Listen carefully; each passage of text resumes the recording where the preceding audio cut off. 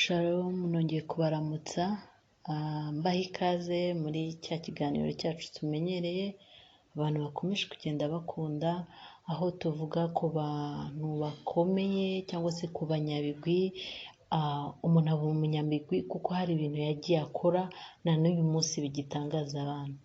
Rero uyu munsi nkaba nabahitiyemo umuntu tugiye kuvugaho,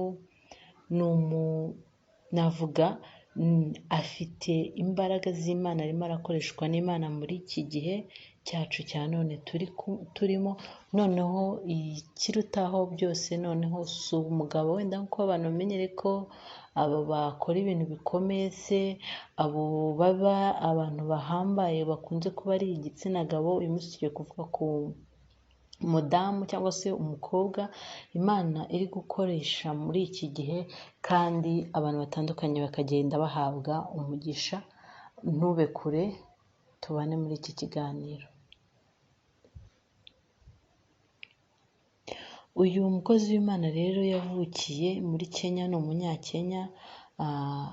Avuka nawe avukiye mu muryango ukijijwe. Avuka ku itariki 26 z'ukwezi kwa karindwi 1992. Ni umukobwa muri iki gihe aritegura kuba yarushinga. Yavukiye rero Kenya, aho bita Huruma, ahantu mu cyaro, ahantu mbese muri karitsiye ziciriritse, reka mbivuge gutyo mu kinyarwanda. Rero avuka mu muryango w'abana batatu, ni imfura iwabo. Bavuka ari abakobwa 2 n'umuhungu umwe. Nyina niwe wabareze kuko bakiri abana bato nibwo papa we yatandukanye na mama wabo. Mama wabo asigara arera abana, rero bakura bari mu buzima bugoye. Igihe kimwe rero, kuko akomoka mu muryango w'abantu basenga nk'uko nabibabwiye, nyirakuru yari umushumba, nyina umubyara aba umushumba. Urumva ko ni umuntu ufitemo amavuta y'ubushumba muri we. Nuko rero ku myaka ye 9 haje umuntu mu rugo iwabo bari gusenga. Umuntu arabahanurira, arababwira ati hano hazavamo umuhanuzi ukomeye uzavuga, uzagenda amahanga yose. Ariko muri icyo gihe ubwo buhanuzi buza, we ntiyahise abwakira nk'ubwe, cyane ko atarazi kuvuga. Yaradidimangaga no kuvuga izina mama byabaga ari ibintu bimugoye, byabaga ahantu bigoye. Yuvaga ko wenda ubwo bavuze umuhanuzi wenda ashobora kuzaba umusaza we cyangwa se murumuna we, cyane we ko atarazi kuvuga. Ariko muri ako kanya umuhanuzi amusengeraho, amurambikaho ibiganza, aramusengera. Kuva ubwo akimara kumusengera, no atangira kwiga guhamagara amazina y'abavandimwe we, kuko nabyo ntabyo yari azi. Nuko rero kuri iyo myaka ye 9 atangira rero kugenda akora umurimo w'ivugabutumwa mu bana, yigisha abana. Gutyo umuhamagaro utangira kumwakamo, utangira kugenda umugurumanamo. Nuko akomeza gutyo kugeza ubwo yaje gutangira minisiteri ye, akomeza umurimo wo kuvugabutumwa. Rero aza guhabwa izina bivugwa ko yarihawe n'Imana, ari izina rye ry'ubuhanuzi yitwa Oracle. Uwo mukobwa kuri ubu yitwa Natasha, uwo ni Revera, bamwita Revera Lucy Natasha. Afite izina ry'ubuhanuzi ryitwa Oracle. Oracle bisobanura intumwa ijyanye ubutumwa. Mbese mu bijyanye n'umuhamagaro we, ni intumwa Imana yatumye muri iki gihe, imutuma ku isi kugira ngo ayivugire. Rero ubona ko ni umuntu witeguye kuba yakorera Imana icyo imutumyeho cyose. Rero muri uko gukomeza gukorera Imana, Imana akomeje kugenda imukoresha ibintu bitandukanye. Agenda ajya mu biterane bitandukanye, ku buryo yabashije kujya mu bihugu bigera muri 50, kandi muri ibyo bihugu bigera muri 50 habasha gukizwa abantu bagera kuri 5 miliyoni. Ni ukuri iki kintu kirakomeye. ni ukuri uyu mukobwa Imana irimo iramukoresha, umukozi w'Imana, Imana irimo iramukoresha ibintu bikomeye cyane kugira ngo ubashe kuronka ubugingo bw'abantu 5,000,000.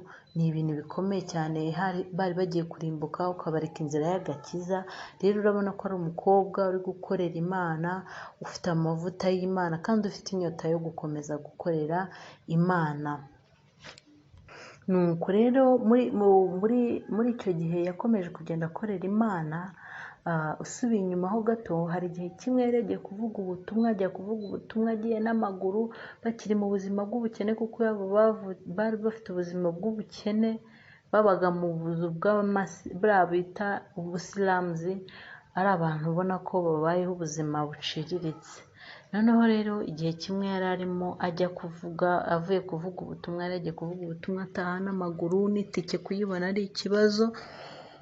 Ahura n'umuntu aramubwira ati ariko wa mwana we, ko ubona uri gukura, ufite icyerekezo, wavuye mu bintu urimo, ko mbona ntazi ibyo urimo, wagira ngo warasaze, ugashaka akazi, ko ushatse akazi wabona akazi kandi ugakora akazi keza, ugatunga iwanyu mukava muri buriya bukene murimo.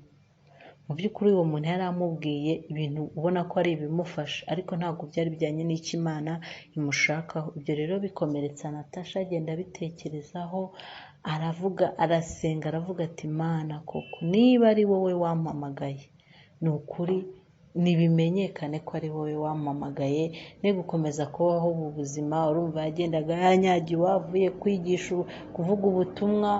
Mbese nawe ntiwakumva ngo urajya kubwira abantu ngo Imana ibagiriye neza, nawe ubwawe ugikeneye kwikugirira neza, ni ikibazo. Ariko akomeza gusenga Imana, arayinginga, aravuga ati Mana niba ari wowe wampamagaye, bimenyekane ko ari wowe wampamagaye. Nuko mama we nawe ubwo bakiri muri ubwo buzima bw'ubusilamuzi, ajya gusura abadamu bari baturanye, bo bari bafite ka televiziyo, bicaye barimo bareba ibiterane bya Ben Hill. Arimo arareba Ben Hill, yumva ijwi riramubwiye ngo hari igihe kimwe kizagera wowe n'umukobwa wawe Natasha, abantu bakabareba ku mateleviziyo nk'uko wicaye aho muri kureba Ben Hill. Ayumva iryo jwi, ahita abwira bagenzi be ati nyamara numvise Imana imbwira ko nanjye hari igihe nzaca kuri televiziyo ndi kumwe n'umukobwa wanjye. Abadamu bari bari kumwe baramuseka, amuga ati ye, wowe n'ubuzima ubayeho no kwanika imyenda ahantu utuye, ntushobora kwanika ngo ujye mu nzu, urajya mu nzu gato bakawiba, bitewe n'uko ari ahantu muri za dobandi, none ngo wowe tuzakureba kuri televiziyo, ubwo se bizaba byaciye he? Banza ubone n'ibyo urya, ubone kuvuga ibyo kuri televiziyo. Nyine baramuseka, avuga ko yasaze, atazi ibyo ari kuvuga. Ariko muri ibyo byose ari uwo mugabo wabwiye Natasha ati va muri ibyo bintu urimo, ushaka akazi utunga iwanyu, muve mu bukene murimo. Uyu munsi aho minisiteri ye imaze gukomera, agenda ajya mu bihugu bitandukanye, amaze gutumirwa, nabivuze, mu bihugu birenga 50 yagiyemo ku isi, ku mugabane wa Afurika, uw'i Burayi, uwa Aziya, uwa Amerika, aho hose yagiyeyo. Wa wundi wahoze agenda anyagirwa bamubwira ngo nakora ave mu byo arimo n'ubusazi atunga iwabo, uyu munsi kugira ngo umubone ugomba kwaka appointment, kandi nabwo wenda ukamubona cyangwa se ntumubone. Rero ikintu cyaje kubaho, uwo muntu rero yaje kumutumira amubwira ati urumva imyaka ishize ari 10, wa wundi wamubwiye rya jambo ryo gushaka akazi aca kuba protokole be, ku bashinzwe protokole ye, ati nabona Natasha gute kugira ngo azaze kwigisha mu rusengero rwanjye. Urumva rero iyo ugumye imbere y'Imana ukareka ikagukoresha, ni ukuri ugera ku bikomeye, kandi ni ukuri izina ry'Imana rikubahwa. Rero rya sengesho yasenze avuga ngo Mana niba ari wowe wampamagaye, bimenyekane ko ari wowe wampamagaye, ni ukuri byarasohoye, kuko uwamubwiye ko ibyo arimo atari byo niwe wongeye kumubwira ngo ibyo urimo nibyo nshaka kuza kumbwira nanjye. Imana ishimwe. Noneho rero kandi noneho byandi byabaye kuri mama we, nyuma y'iyo myaka 10 nabwo ba badamu kuko baricara bakabareba kuri televiziyo babakurikiranye igihe bari gukora ibiterane, igihe bakoresha ibiterane kuko biba biri live. nuko rero icyo navuga kuri uyu mukozi w'Imana, nifuje ko nawe twamuvugaho kuko birafasha. Ushobora kumva nakomeje kugenda mvuga ku gitsina gabo, wenda ukavuga ati wenda bagiye bakora ibintu bikomeye, abanyabigwi ni abagabo gusa ntabwo ari abakobwa. Hariho abanyabigwi, hariho abantu bakoreshwa ibintu bikomeye b'abadamu Imana iri guhagurutsa muri iki gihe.